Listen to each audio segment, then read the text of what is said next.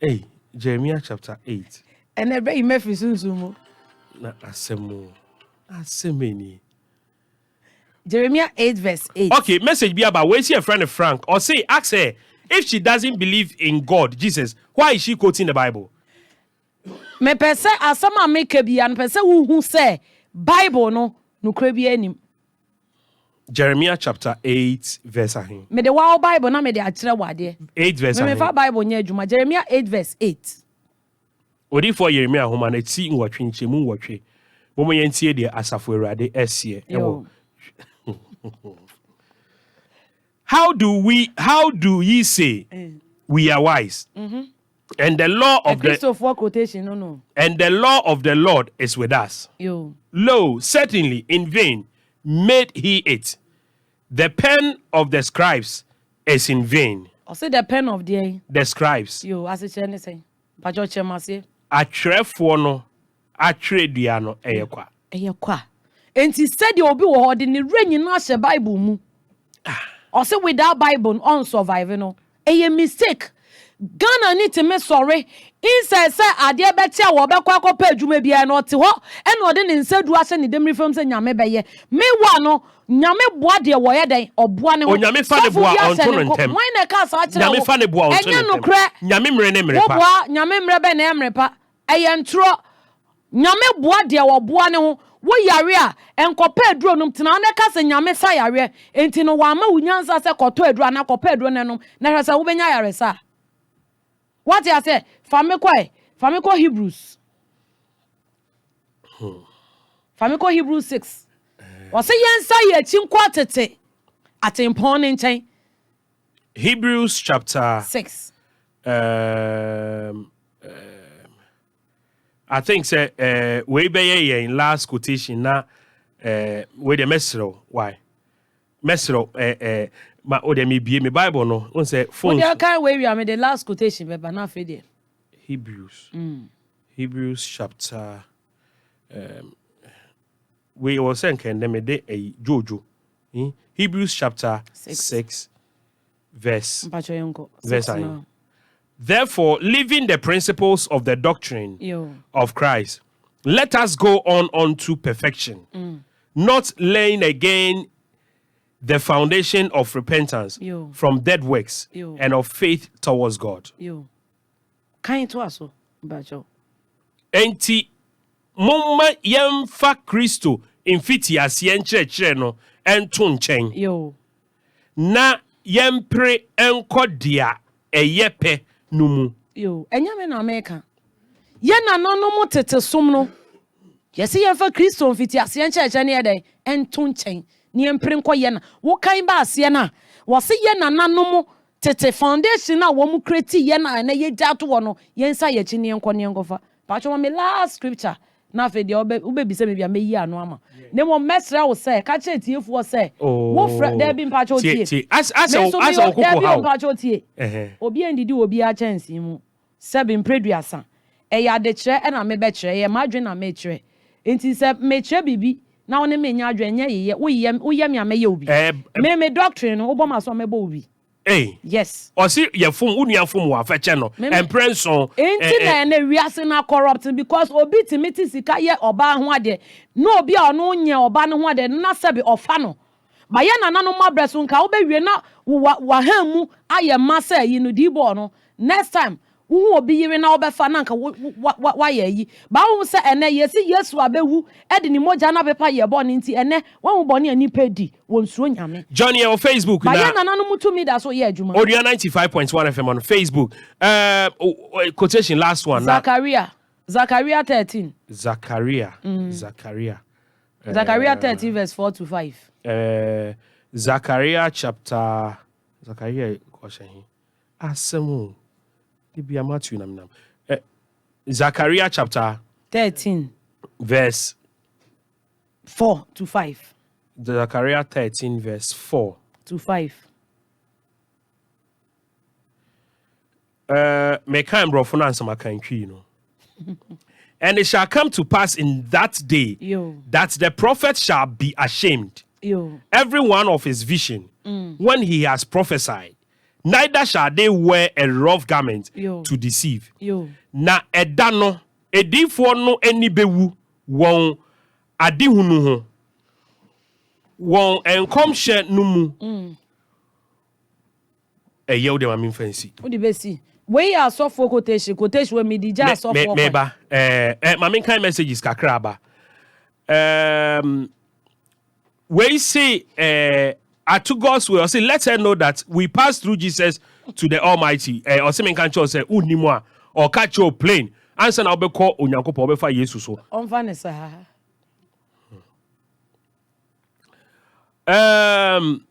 Ronald Pate, or say, this woman is not a prophetess.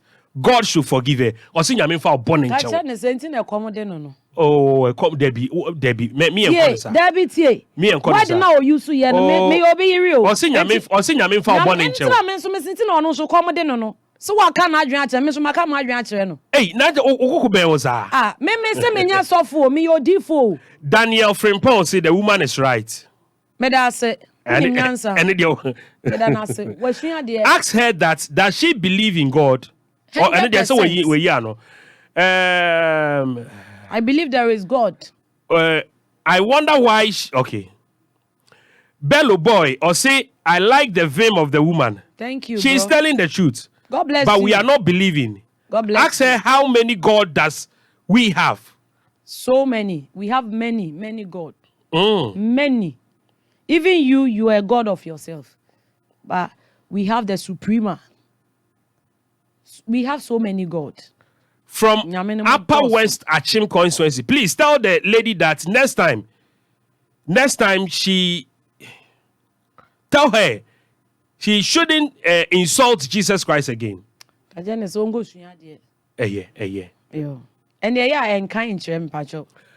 bless Avram Ben Moshe. He started this journey. That man, I salute him wherever he is. Or kano krepa chegana for bagana fonti. Afra minua na obebi awo bi am salute too. Why is she only reading Luke? What is there? Luke nkwa na beka here. If you don't believe in Jesus Christ, why do you call yourself a prophetess? Do I call myself a prophetess? I'm not a prophetess. I'm a priestess. I'm not a prophetess. Please correct them for me. That's why always I've been correcting you. Please, I'm not a prophetess. No wonder. Okay. Fabra na me famano. Emmanuel Asante say, hey, I'm confused. Oh. Yes. My dear, I'm speaking the truth. Where is it? So we better learn. Tell her God's son is Jesus Christ. Tell her he is lost. Okay. Me activate phone lines in the wall. But of at the end of the na etiefo mbra maybe some questions na yiano 0550-582-982. Oba questions na entientie mu. Oba entientie mimbo number ni. Me sister Ghana for friend no mo yemi. Debi tie. Me kunu tie mi o. Tie. Mr. Osabutey o tie me. Debi tie mpacho tie. Adena uni fache. Debi me sa. Me drop in nchire. Mrs. Osabutey boko. Obi enu no be di watem. E na me che se on country tiefo se. Yeah. Ye kire ya adwen. Yes. Onso ba no be kire wa adwen. But wo yemi a me ye obi. Wo ye ne me. Obi anye wo ye odifo. Me odifo yen fa bone nche. Me ba cho you dey mama obi gina so engrofo abadodo. Ye fra oseminia e fa ade ne hye waso. Ye fra osen. Ye fra me woni nyansa won tinyansa se ma. Woni nyansa ase wo ka se fi minia. Ka sa fra shama. Okay. Meet you. Me pa cho me pese me bi sa se osuma Yakupon we fa die so. Oye den. Osum nyame a o se Kristo for Yesu nyame fa Okay. O se wo sum nyame fa hwan so. So oye Kristo ni me so menye Kristo ni. Enti wo sum nyame fa hwan so. Me be ka sa se menye Kristo ni. Enti onu ntimi misa me sum nyame fa hwan so. Okay, o se wo menye Kristo ni. O se onye Kristo ni ti ono on fa ko bia so. Baby awonu sum ne nyame ne fa no. Ba choma ne ka. Ye onu ni we ba me de ontimi misa me sa. Onim nyansa yenko.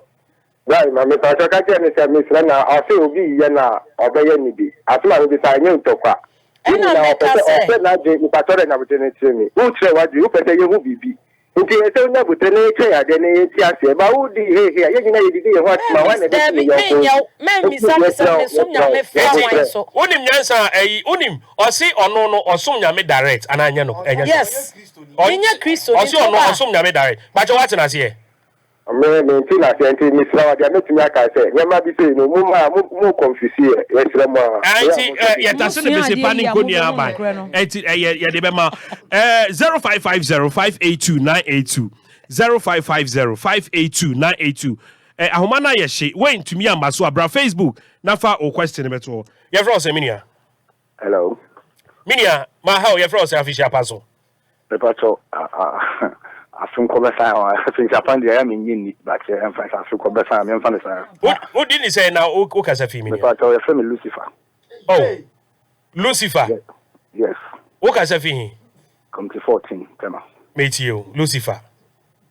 pepato the madam no eto o kan nyina no ba ku bie no a ye ntoro I mean show me mama nchi odran papa na mama de mami oko Facebook wa me na ne yefre me Osofo Prince Wilford Esiama. God bless you brother. Me na yesa frɛ me Oheneba Prince Wilford Esiama so on social media omo Onua ne is the country platform so na aremia matra Israel matra Jerusalem masumo Solomon Temple Ghana no mfa Solomon Temple ɛhɔ no the time ko kakra ɛhɔ no ɔmo nsom Ghana ha Africa ha ɔmo pɛ ɛsom ɔmo de enansia na ɛwɔ Bible no say Yakopɔn de enansia na ɛyɛ adwuma na dakoro ɔde home no sra dan so da konkron no Israel for use sa terms no enansia ni nya ɔde na adwuma enansia nya yɛ kɔ adwuma daba ko pɛ ɔle Shabbat aya Ghana mo fa ne Sabbath no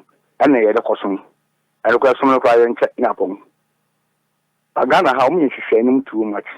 Omu kwa omu de som no ba Africa no. Omu kwa omu som da se da krope. Ghana ha Christianity na business. Na mu obi ka yenia Abraham de Moshe asem no. Yeah. O yemi nya no. Me sha se ga no. Na onso beto aso na ya ma no. O yeni papa o kire no kwa no ba mo person bi di so. Me da se Me ba nya botere me ba men ka me ba me so.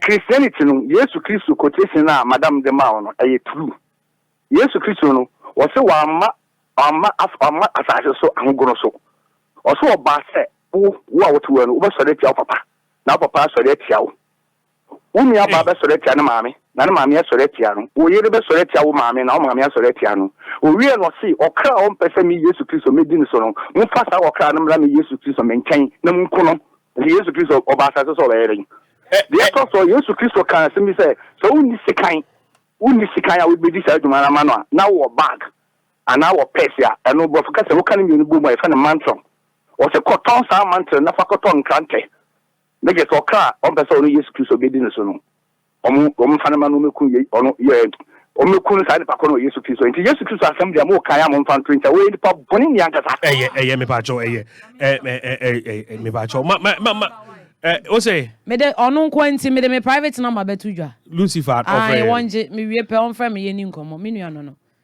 omo ani empeja hini Lucifer nye din aye di de wo na wo na sa na mo Bible no ye o de me ba ye fra say minia ma radio no mra from pacho radio ba ya chepa ma radio no mra from ye fra say minia pacho ye fa me asa report mi ka sa so kokompe okay asa ye nti o pato the sister ni kan no kwepa but o my Ghana see atofo no mama ebi mu ye study fian o mama nyama ya yila wo sister no mu kra yo kan no kre yo kan no kwepa no kwe yen san ye chinko fa ye yen san ye chinko fa me da se minia na Ghana for sana motie na mpre wawu ni ho se yesi obi awu mpo a ye kone ekosie na ansa na wo be wrafie no be se aha any circle ye di nsu esi ho wo be woro won sa yi hu musuo ansa na wa be fie enne efunu adane fashion cemetery ele won your crowd sa pepe paint ni pa be koso wusan ye vro se minia hello minia ma radio number for me sropa Yes, opening doku. Mpacho my radio number for. O se odi ni saying. Opening doku. Opening doku. Yeah. O ka sa fin eja. Ni ka sa fi adeso. Adeso. Na me ka no mi bidi pa. Wuli 1972, ni na Liberia for bi koye. Ma masters degree bi. Enti wo mu we no oba akoko Israel. E no invite me say member o nti mi koye. Na mi koye na mi koka che me to Israel de mi say me baga ni no de mi ko be bi e ko ni nipa na e ko no Israel no obisa ni say oba be na me de ni ba e fe me de nipa be sacrifice. Na mi so mi ni mi sa o say de mi go back na wo ma ha na ma ba no ma e ben na wo de nipa be sacrifice. Enti na ni o ma mi kan de no kre mi dana se. Na Yema Ghana for nsua de because abrofo na